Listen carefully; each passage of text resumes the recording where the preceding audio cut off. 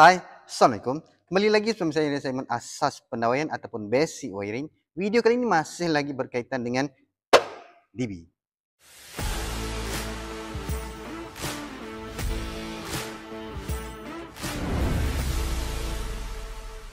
Okey, so hari ini kita nak tengok fungsi utama komponen yang ada di dalam DB. Okey, first yang pertama main switch. Okey. Main switch. Main switch. Main switch. Dan ini pun main switch. Okey, di mana di dalam dia ada fuse. Okey, fuse yang boleh dawai semula. Okey, kalau kita nampak kat sini, kalau boleh nampak kat sini ada dawai. Dawai ini akan putus sekiranya arus yang mengalir melalui dia melebihi daripada had dia. Had fuse ni 30 ampere. Okey, 30 ampere sekiranya arus melebihi daripada 30 ampere, dawai fuse ni akan terputus. Okey. So, bekalan tak boleh lalulah sebab dawai dah putus. Okey, fuse dia dah terputus. Okey, so fuse ni nama dia fuse dawai semula. Okey. Ni untuk single phase. Main switch untuk single phase.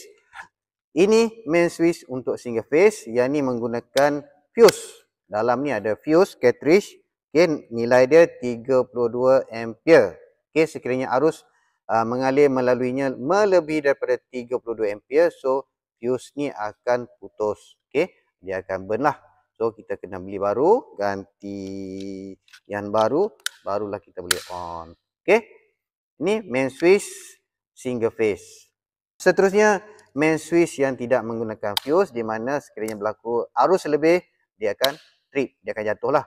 Okey. So kita boleh on balik, tak perlu nak repair apa-apa, kecuali kita kena betulkan balik litar kita yang short dan sebagainya. Barulah kita boleh onkan main switch kita.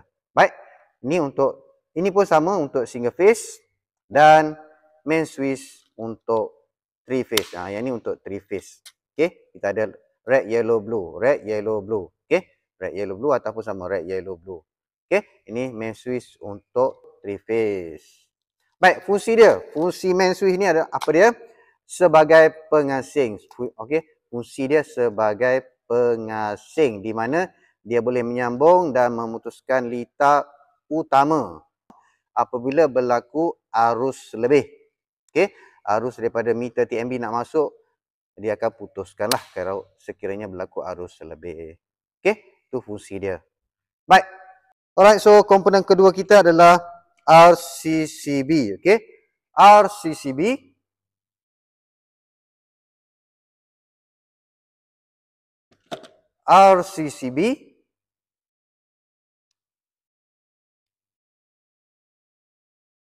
dan ini bukan RCCB, tapi ini adalah ELCB. Yang kita selalu sebut ELCB. Inilah bendanya. Okey. Ini bendanya ELCB ataupun orang kampung kita panggil apa? Automatic. Bila-bila kilat tu dia jatuh, inilah bendanya. Okey. Orang kampung kita panggil automatic. So fungsi dia ketiga-tiga ni sama sahaja, iaitu menyambung dan memutuskan litar apabila berlaku kerosakan ke bumi. Apa tu kerosakan ke bumi? Kerosakan ke bumi itu adalah kabel hidup bersentuhan dengan kabel bumi ataupun kabel earth. Okey, kabel neutral bersentuhan dengan kabel earth. Okey, itu kerosakan ke bumi. Sama ada secara langsung, maksudnya dia direct sentuhan, ataupun secara tak langsung melalui body komponen peralatan elektrik kita lah, ataupun frame ataupun sebagainya, menyebabkan kabel neutral dan kabel bumi bersentuhan, ataupun kabel hidup bersentuhan dengan kabel bumi. So, apabila kabel bersentuhan, so RCCB ni akan trip lah. Ini pun sama, dia akan trip. Okey, cuma yang besar ni untuk 3 fasa ataupun 3 phase, yang kecil ni untuk single phase, 1 fasa. Ini pun sama, ELCB ni untuk 1 fasa. Dia kendalian voltage ataupun kendalian voltan, yang ni kendalian arus. Okey, boleh? Okey, seterusnya komponen ketiga kita adalah MCB. Okey, MCB. Okey, ni MCB.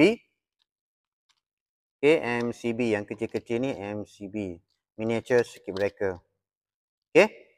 So yang ni dia tak pakai dawai. Sekiranya dia trip, kita boleh angkat baliklah. Dan yang lama, lama jenis ni dia pakai dawai. Fuse dawai semula. Okey, boleh nampak dawai tepi ni. Masuk dalam, dia keluar sini, dia pergi ke skru ni. Okey. So ini had maksimum dia adalah 15 ampere. Sekiranya arus melalui dawai ni melebihi daripada 15 ampere, dawai ni akan putus. So talian akan terputus lah.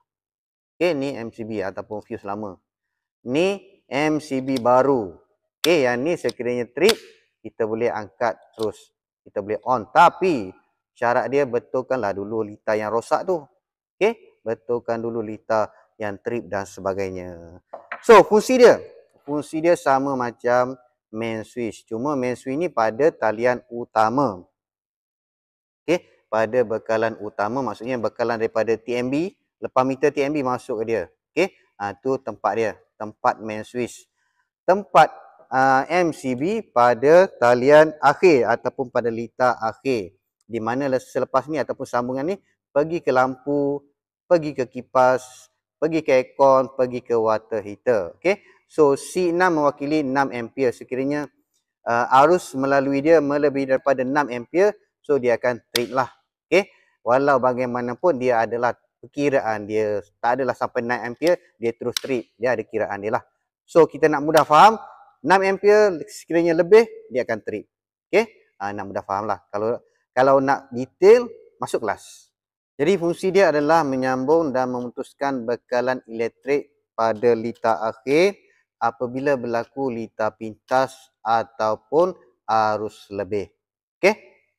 Feedback daripada video lepas ada yang bertanya berkaitan dengan SPD. Okey, apa dia SPD? SPD ni adalah satu device ataupun komponen untuk nak mengelak daripada current daripada kilat masuk ke dalam rumah ataupun current yang tinggi daripada switching nak masuk ke dalam rumah kita. So SPD ni lah kontrol supaya current yang besar tu tak masuk dalam rumah.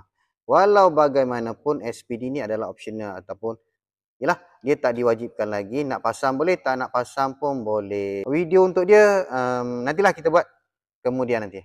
Okey? Okey, so macam mana? Mudah je kan? Baik, diharap dengan adanya video ini dapat membantu kerja-kerja pendawaian anda. Okey, jumpa lagi di next video. Assalamualaikum dan salam sejahtera.